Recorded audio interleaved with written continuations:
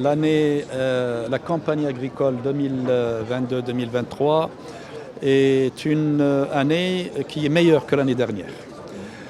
Nous venons de publier les résultats. Nous avons 55,1 millions de quintaux de céréales pour une année très sèche.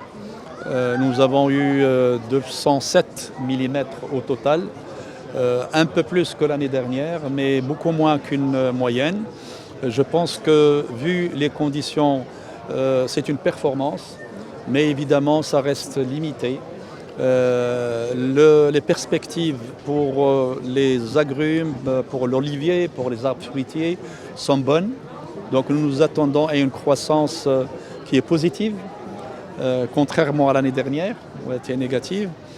Et évidemment, tout un ensemble d'actions, donc d'appui aux agriculteurs, aux éleveurs, aux chaînes de valeur de manière globale, sont actionnés et vont être intensifiés dans le futur pour pouvoir maintenir l'équilibre, si vous voulez, au niveau de l'agriculteur, pour qu'il continue à produire, à approvisionner le marché national.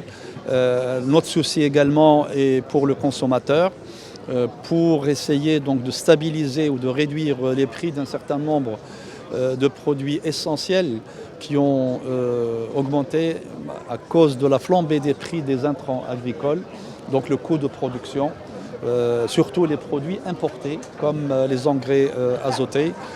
Donc voilà en gros le contexte dans lequel évolue cette campagne agricole.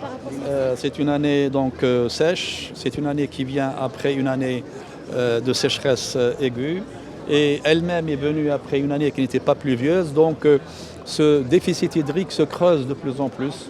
Le manque d'eau est un sujet sérieux. Nous avons eu une compensation de la capacité des barrages, de ce qui a été compensé. On est à 33% au lieu de 32% l'année dernière, mais ça reste très limité. Plusieurs régions, l'irrigation est arrêtée parce que la priorité est donnée à l'eau potable.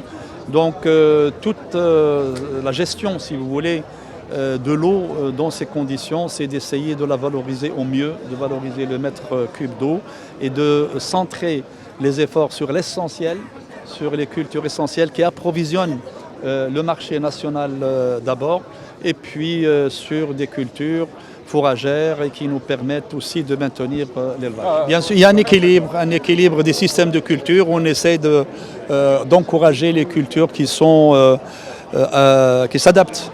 aux conditions d'eau et qui utilisent moins d'eau.